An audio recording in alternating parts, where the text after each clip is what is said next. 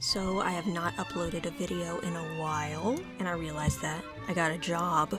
So, that's been taking up a lot of my time, plus doing other little things like art fight, art commissions, stuff like that. But I have videos in the works. I'm just not consistent. So I wanted to make this video about something that's been on my mind recently, and I just used my steam pump and breathed steam through my nose and mouth for a few minutes, so I can breathe everything. So I think I'm pretty prepared to talk for a while. This is the kind of statement that most people online are pretty familiar with. I hate influencers. However, it's not the people I have a problem with, it's the concept itself and how it's defined. An influencer, someone who influences.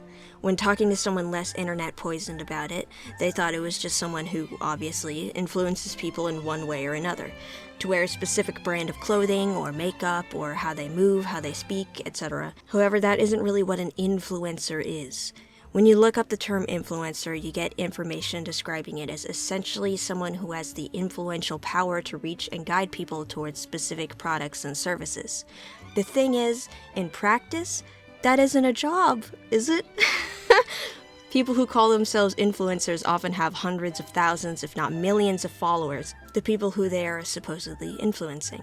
However, they don't get those followers because they're so good at marketing alone. Large masses of people aren't going to follow an individual human being if all they're doing is trying to push you towards buying things. At least they're not going to follow them for any reason other than to make fun of them. At least not if that's all they're doing on the surface level. And this is where my hatred for the usage of this word comes from. You can't only be an influencer. Nobody wants nothing but advertisement and someone else telling them what to do and what to like. What people want is entertainment. To assign these people the job title of influencer alone is like ignoring what they really are, which is an entertainer who markets to the same audience that they entertain. And when I say this, to a certain extent, I'm also talking about the people who go by the terms YouTubers, TikTokers, creators, etc. So the question is, why do I have a problem with this? The popularization of the internet came with a lot of upsides and downsides. Nowadays, you can get famous just by stroke of luck. It's easier than it has ever been in any part of history to have thousands, millions of people know exactly who you are. There are a lot of professional entertainers who are able to handle this expertly. Some of them are even YouTubers, and whatever else. People who know what they're getting into. Usually people who get into the entertainment industry as adults. Think of people like Bob Ross. He was an adult when he got on TV, and he was incredibly famous. We pretty much only saw the best of him, and he is remembered extremely fondly. Now think of people who got into the entertainment industry as children. There are so many bad examples. Justin Bieber, Miley Cyrus, people who became incredibly famous and were not prepared, did not have the right support system, deteriorated and had meltdowns, and those are just the most popular examples. Many child performers did not get better. They didn't even survive. There are many other child performers who are taken advantage of in many ways. Lots of people went way off the rails because of this. If you don't have a solid support system, you will have nobody to lean on when someone or everyone inevitably tries to take advantage of you and your fame. You know Britney Spears? For 20 years, practically everyone hated her and saw her as a joke.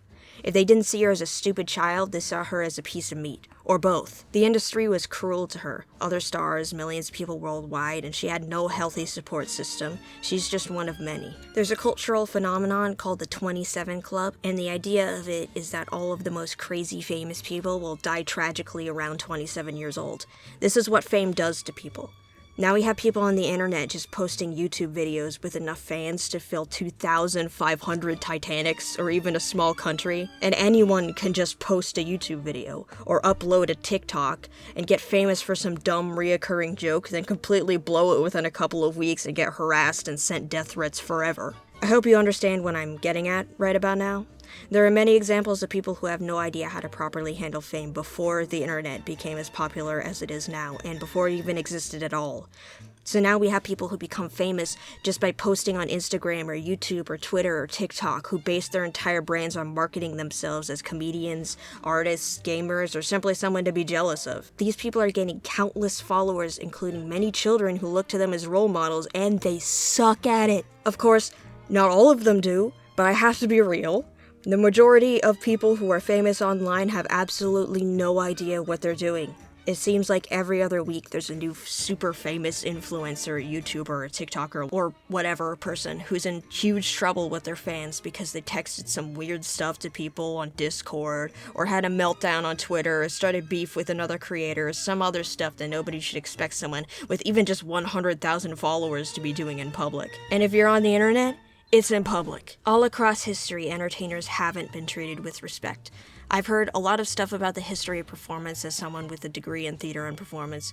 Hell, did you know that public theaters used to catch on fire pretty much all the time? And to a certain point, a very, very long time ago, actors were expected to just burn to death backstage in the event of a fire. And then in multiple cultures, almost all actors were also sex workers because they couldn't get by otherwise. And nowadays, most entertainers are by and large not even treated like human beings. Most performers are paid pennies, people are treated like fictional characters, and a lot of it is because people see being in entertainment as inherently silly. It doesn't matter how much they love the actor's work, they will not believe it is worth much because it's usually more fun than a desk job or because it's not always super serious. A lot of actors, primarily in live theater, go into the entertainment industry expecting to be paid very little respect, as well as money. People going into film and big projects have to be careful now more than ever. They know what will happen if they say or do something stupid in public. Being an entertainer in the age of the internet is like willingly stepping into a minefield. It can't be changed. You can't change an existing audience. It's like trying to stop a tornado by throwing rocks at it. It's not gonna work. So what do you think happens when a bunch of influencers start stepping into the minefield of the entertainment industry without even realizing they're doing it, or what it really is, without any protection or expectations because they decided they want to be famous on TikTok? You get shows like The Hype House on Netflix. That's what you get. No, but if you do some stupid crap, you get torn to shreds by the audience you unknowingly curated to be a force of nature. All you have to do is be a little too rude, not know the right boundaries, get a little too personal, say the wrong controversial opinion in the wrong place at the wrong time, and you failed, you messed up, you donked it all up, and now you're facing the consequences because you didn't understand what you were getting into. It is possible to curate an audience to be bearable. You need to set reasonable boundaries. You need to be open without being personal. You need to have a version of you that you'll be in front of the camera, and the rest of your life needs to be off of the camera. If you go into this knowing what you're doing a little better, you can create an audience that more or less knows what to expect from you, and you won't be torn to shreds as hard by mob mentality if there's a rumor or a common misconception outside of your bubble of more intimate familiarity of concept. If you present yourself just as you are, no filter, I'm sorry, but it's not gonna work. If you are an influencer, a streamer, a YouTuber, a TikToker, whatever, you are an entertainer, you are a performer, and you need to perform. You cannot just turn this off, especially not when you're interacting with people who know what you do. You need to know when to be normal and polite. An audience of people is not an audience of close friends who you can trust. They are not a support system and should not be used in place of one. If you do not have a strong emotional support system of people who are close to you, who you can trust, I'm sorry, but you really shouldn't be famous until you get that figured out. It will eat you alive. There are a lot of other things on this topic that I could possibly talk about in another video. People who fail at making dark and edgy humor because they don't understand the difference between punching up and punching down. People who create angry personas but push past boundaries to the point that it's no longer a persona. People who create art but for some reason decide to market themselves more than their art and then put themselves in a precarious position because of it, etc., etc. I have a lot of feelings about this topic. I'm very tired of seeing young people fall apart on the internet because they had no idea what they were getting into. Especially if they were doing something they loved and they do something wrong, something that, any human person might do. You make a mistake. It might be a big mistake in your social circle, but then millions of people who you don't know get involved and suddenly you're the worst person on earth and it's going to make your mental health absolutely nosedive, and some people just don't survive that. Fame isn't a joke. It can be a good thing, but you need to have an idea of what you're doing, because it can also be the most destructive thing you will ever experience and should never be taken lightly. So, do I really hate the word influencer enough to write an entire video on it? No.